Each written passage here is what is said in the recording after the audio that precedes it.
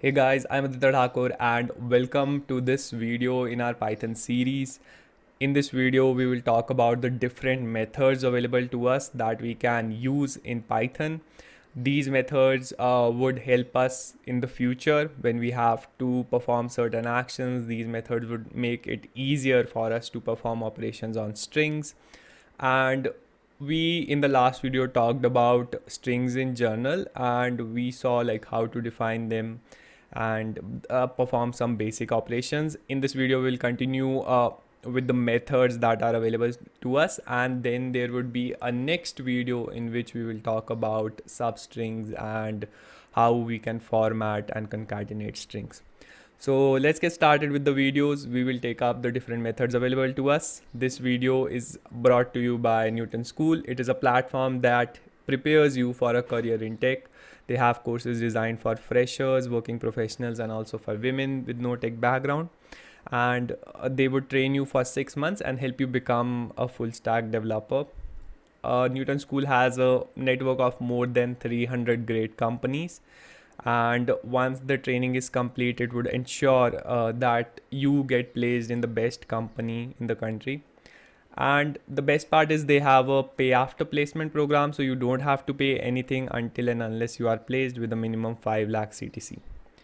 So the Launchpad is an initiative taken by Newton School to help you prepare coding from scratch. We have different courses on different programming languages absolutely for free. You can check out the different options on their website. So let's get started with the video. We will take up modification of strings, as in how to change the case, how to split, how to check if that a particular string is available in that sentence or not. So what we'll do is I'll go over to newtonschool.co.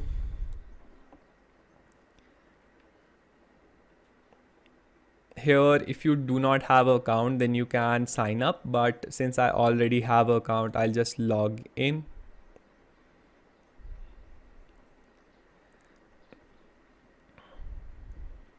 Now this should take some time to load up.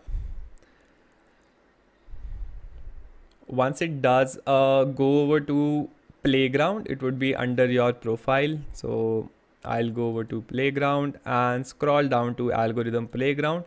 You can open an existing editor. I'll create a new, give it a title and a description, and create the algorithm playground. It should open up to a ID where you can write code, give it a custom input, and the output where you'll get error and the message if any. So first things first, we'll select our compiler. Since we have been working with Python, we are using Python 3. I'll select that and let's get started. So if there was a variable, let us say there is a variable called a which saves my name in it. Now there are different methods available in Python that we would be using today. So if I wanted to convert this given string into uppercase, what I will do is I will put in the variable name and hit type in dot and upper. So if I run this now, what it should do is it will convert all the lowercase, as in DITYA, all these lowercase characters to uppercase, and since it's wrapped in a print statement, so it would print it out to console. So this is how you can change lowercase values to uppercase. We have other functions available as well. There is the lowercase one. So just like upper, what we'll do is we'll put in our variable name and replace upper with lower to get the string. So let us try doing that. What it should do is if I run it now, it should convert the capital A and T in my name to lowercase. Next, in this we have the replaced string. So there is a method that you can use to replace certain strings in Python. So what we'll do is we'll replace the lower with the word replace. We have our variable name and put in dot and write replace. Now whatever I'll supply here, the first character would be the one getting replaced, and I will replace it with, like, let's say A is to be replaced with B. Now if I run this, so what it will do is it will find this capital A and replace it with B, so it will become BDITY. But let's try it for smaller characters, as in does it depend on case, and let's try running it. And what you'll notice, everywhere there is a small a, it would replace it with the capital B. So it takes the case into consideration, and also it replaces every instance of that particular character in a string. So next, we can also split the strings, as in if there is a character you want to split the whole string at, so you can also do that. Like if there were a comma Aditya comma Thakur, then what I can do is, instead of using replace, I'll use the split, and here I can pass at what I want to split it. So let's try running this, and it should return a list. We haven't done a list yet, but list basically has both Aditya and Thakur, which was split at this comma. So instead of this comma, we use semicolon, so it would be clearer, because we can see a comma here. Some people might get confused, but let's use a semicolon instead, and again it would return something similar. Let's also add like apple to it, and let's try running it now. So it should return a list of 3 words which were separated at the semicolon. Now this is a important method, as in there could be use cases where you need to break a certain string at a point. Let's also try it for a space, and instead of putting anything here, let's put 1 space here. Now if I run it, it should return okay. So you can also split at a space. Let's say you are creating an application where you take in the full name of the user. So I am just inputting my full name, Aditya Thakur, and now what you want to do is you want to save my first name and last name differently. So you can use this split at space to separate the first name and last name. Now that is a use based scenario. So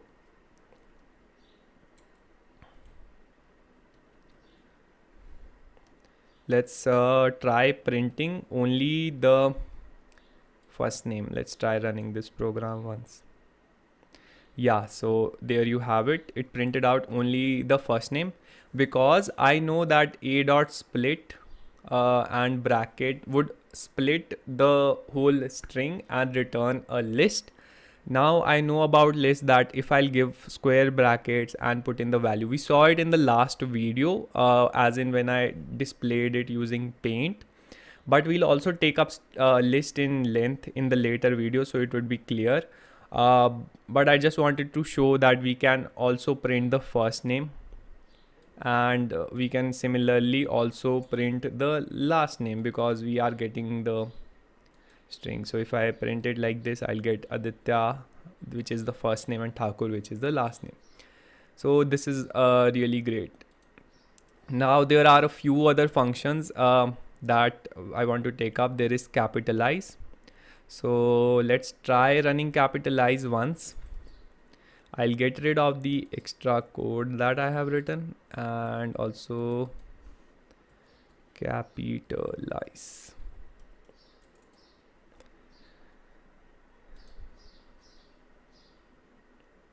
Okay, let's make this small and now run it. Okay.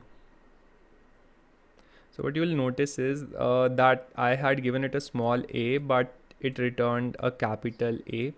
This happened because capitalize converts the first character to uppercase. So if there, like again for the same use case, as in you are taking in the first name and last name, if you feel that the users might enter as in all small letters, so you can, to keep all the characters same, you can use capitalize to just capitalize the first character of the uppercase. So these methods are mostly on the use case, like if you are trying to do something you can use one of these methods to help you in that particular problem.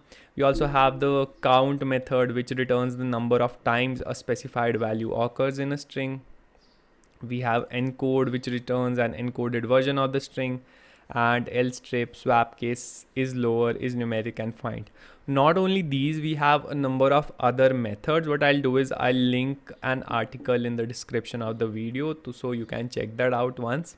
There are different methods you can just go through. You'll understand the syntax, but these were some of the important methods, as in we'll need the uppercase, lowercase if we want to do. Then there is swap case, which swaps cases, lowercase becomes uppercase and vice versa.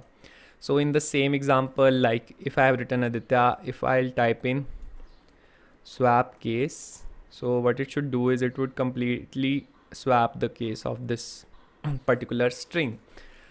And we have done this swap case. Let's also check out strip method.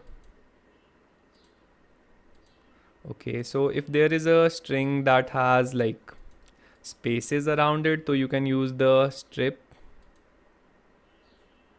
to remove these spaces. So what you will notice is like the spaces aren't being printed. Let me print both of these so you will understand the difference.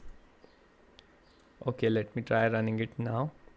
So what you will notice is in the first one we have a split, we have a space here and we have a space. Now space is also a character. We saw like how we could split a particular string at that space. So here we have the spaces around Aditya, but you can use strip to remove these spaces.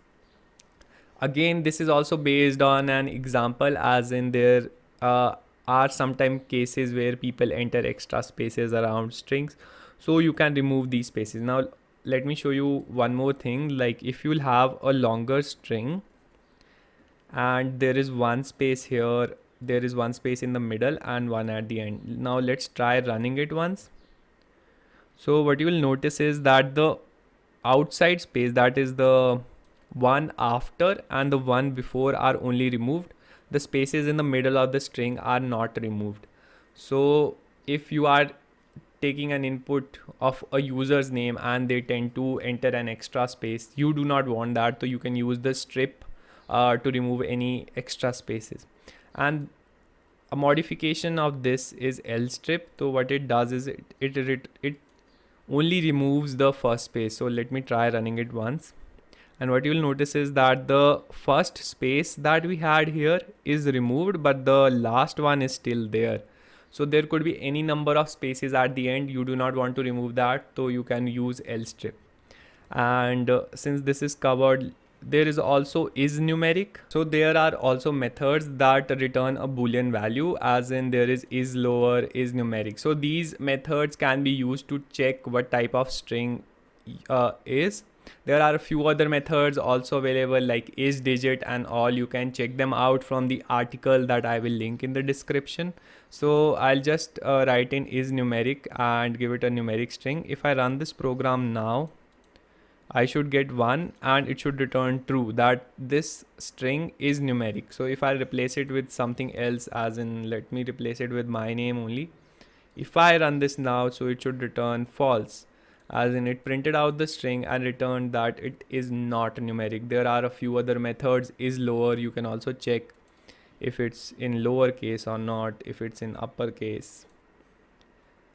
And these methods would prove as great checks before when writing programs in Python. There is also a find, which searches the string for a specified value and returns the position where it was found. So let me create a bigger string, and now we'll use the find method. And let's try running it once.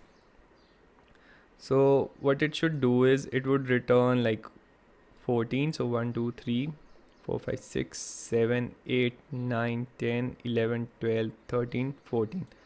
So it returned the position where it found like best. So you also get the position where it found it, and also it searches, like it searches if it finds it, so it returns the position. If it doesn't,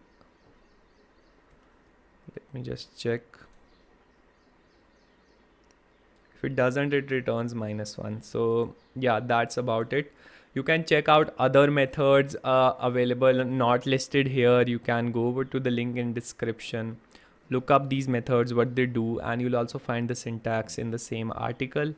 And thank you so much for watching. These were all the important methods that we covered in this video, but certainly looking up the others would help as well. Also, do not forget to subscribe the channel and hit the notification bell icon to be notified whenever we come up with the third part of the strings, as in where we will take up how to create substrings and other stuff. And we will also continue with the series in Python. So do subscribe if you haven't already, and thank you so much for watching.